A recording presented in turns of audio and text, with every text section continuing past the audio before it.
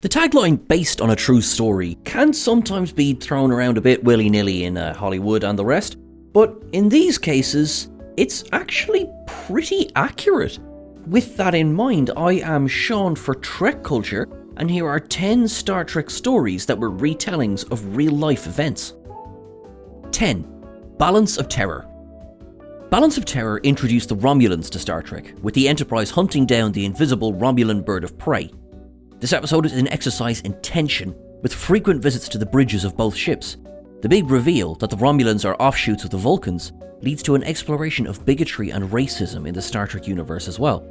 The episode is Star Trek's answer to the 1957 film The Enemy Below, an adaptation of the 1956 novel of the same name. Both were based on the Battle of the Atlantic, the longest continuous campaign during the Second World War. It began just after the declaration of war in 1939 and lasted until the surrender of Nazi Germany in 1945. It was a strategic victory for the Allied forces, with the German blockade of Britain etc. failing, though it was a Pyrrhic victory with thousands of lives lost. In the episode, the action is confined to 2 vessels, with the Romulans playing the part of the U-boats. Though the Enterprise emerges victorious, both commanders reflect on the pointlessness of the battles they are waging. Balance of Terror is one of the most somber episodes in Star Trek, frequently appearing on top 10 lists of the show. 9. Star Trek VI: The Undiscovered Country. Star Trek VI: The Undiscovered Country is easily the most political film in the franchise, detailing the attempts to join Starfleet and the Klingon Empire in peace. However, along the way, factions on both sides try to derail these efforts through assassinations and backhand events. The opening shot of the film features the stunning Praxis explosion, which was the first real-life retelling in the film. The entire backdrop to Star Trek VI is the accident at Chernobyl and the fall of the Berlin Wall. The explosion of Praxis is blamed on overmining and subpar safety standards, which is generally what resulted in the Chernobyl explosion. The breakdown of the Klingon neutral zone was a parallel to the fall of the Iron Curtain and the eventual dissolution of the USSR. After the critical disappointment that was Star Trek V, a final film featuring the original series cast had to deliver. Leonard Nimoy and Nicholas Meyer chose to use this event to usher in a new era of the franchise, one where the Klingons were no longer the greatest enemies of the Federation. Star Trek The Next Generation had already established that, by the 24th century, both powers would be at peace. Here, the audience discovered how. 8. A Private Little War. This episode of Star Trek the original series is probably most well known for the introduction of the Mugatu, the white gorilla-like alien with a large horn on its head. Shown recently in the trailer for Lower Decks' 2nd season, this alien is one of the most iconic villains of Star Trek's early years. The episode itself centres on the struggle between the Hill People and the Villagers, 2 native groups on the planet of Neural. Captain Kirk had previously visited the world, befriending a local man named Tyree. When Kirk returns to the world with McCoy and Spock, they're all shocked when Spock is shot, the bullet coming from a weapon that these people shouldn't have any access to. The episode then shows the Klingons and Federations arming 2 sides of this conflict, inspired directly by the United States' involvement in the Vietnam War. In 1968, the war showed no signs of abating, which led to the story here. At the episode's end, Kirk orders Scotty to begin producing 100 flintlock rifles to send down to Tyree and his people, thus continuing the conflict in direct opposition to the Prime Directive. When Scotty questions this order, Kirk retorts that they are supplying serpents to the Garden of Eden. 7. The Enterprise Incident. The 3rd season episode of the original series sees the Enterprise assigned to steal a Romulan cloaking device. Under orders from Starfleet Command, Kirk begins to act erratically, eventually directing the ship to travel into the neutral zone in violation of treaty stipulations. Though the crew question this, they carry out the order and are quickly surrounded by several Romulan vessels, including some adapting the Klingon D7 design. The episode was based loosely on the Pueblo incident that took place in 1968. The American vessel USS Pueblo was ordered to patrol the waters from Japan to North Korea, remaining outside North Korean nautical borders. However, while on patrol, it was approached and challenged by several vessels. The North Koreans accused them of violating their territory, alleging that their borders extended to 50 nautical miles into the ocean, rather than the standard 12. Despite several hours of a standoff, the Pueblo was finally boarded. Though they radioed for help, none was forthcoming. The actual USS Enterprise patrolled the seas 510 nautical miles south of their location, yet the aircraft they had aboard were not suitable for air-to-surface assault. It would take 11 months of psychological and physical torture before the crew of the Pueblo was allowed to return home, a fate much worse than was imposed on their Star Trek counterparts. 6. Wolf in the Fold. Wolf in the Fold is one of the darkest episodes of Star Trek's original series, depicting a series of brutal murders that are seemingly committed by none other than Chief Engineer Montgomery Scott. The episode opens with Kirk says he is bringing Scotty on shore leave to allow him some R&R. This is following an accident aboard ship caused by a female crew member. The episode was written by Robert Bloch, most famous for authoring Psycho. In another tale of grisly murders, Bloch draws on the story of Jack the Ripper for this episode. In 19th century London, 5 women were murdered by a killer whose identity remains unknown to this day. The slayings were brutal and frenzied, suggesting a person with a deep hatred toward women. The episode plays into that theory, with Kirk's initial worry that Scotty carries resentment towards all women because of the accident. Then, after the engineer's frequent blackouts, no one is able to confirm his innocence. The killer is, however, revealed as an alien entity who has been possessing men for hundreds of years, moving from planet to planet. The chilling ending was designed to show that behind any smiling face, a killer could lurk, sometimes even without the person's own knowledge. 5. Little Green Men. Okay, this one may lean a little heavy on the conspiracy theory side of things, but Star Trek Deep Space Nine's 4th season episode Little Green Men is a slightly fictionalized retelling of the Roswell, New Mexico incident of the 40s.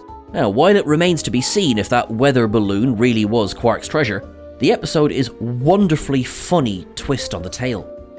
The Roswell UFO incident is one of the most thoroughly researched and thoroughly debunked alien encounter stories of all time. The 1947 incident featured a nuclear test surveillance balloon from Project Mogul crashing into a ranch in the town, immediately leading to thousands of accounts, tales and stories of alien invaders and government cover-ups.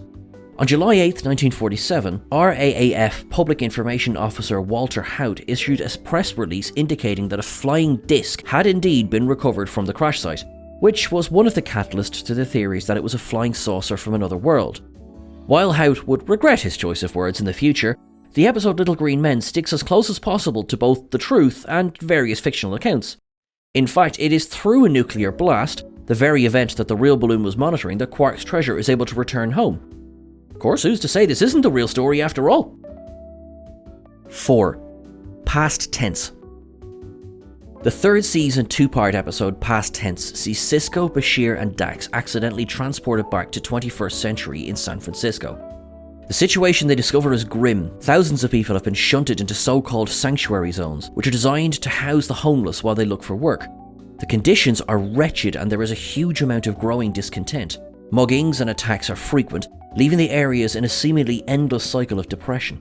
The story was based on the Attica prison riot from 1971. This remains the largest prisoner uprising in American history, caused by poor conditions and well-being in the prison system. The death of George Jackson, a prisoner and activist, 2 weeks before the riot, led to the outbreak of violence. This is loosely mirrored in the episode with the death of Gabriel Bell, for whom the Trek riot would later be named. The Attica riot would result in several days of a standoff, with quite a few of the prisoners' demands being met. However, Governor Nelson Rockefeller ordered the police to storm the prison. By the time the shooting stopped, at least 43 people had died, although few of them were attributed to the prisoners themselves. It paved the way for prison reform in the United States, much as the Bell riots paved the way for better conditions for the poor and homeless of Star Trek's Earth. 3. Rules of Engagement. Rules of Engagement sees Worf being put on trial by the Klingon Empire for the accidental destruction of a civilian passenger ship. While there is no question that a ship has been destroyed, Starfleet insists that it strayed into the line of fire, therefore absolving Worf of guilt. The Klingons assert that Worf had plenty of time to hold, check that the ship was indeed an enemy fighter he believed it to be, then act accordingly. The lawsuit in the episode is based directly on the Iran Air Flight 655 case from the 8th of July 1988. The USS Vincennes, under the command of William C. Rogers III, shot down an Airbus A330 that was flying along its usual route from Tehran to Dubai, killing all 290 passengers and crew aboard. Rogers insisted that they had attempted to contact the aeroplane 10 times, falsely believing it to be an enemy-controlled F-14, which the US had supplied to Iran during the 80s. Receiving no reply, they fired 2 missiles directly at the plane.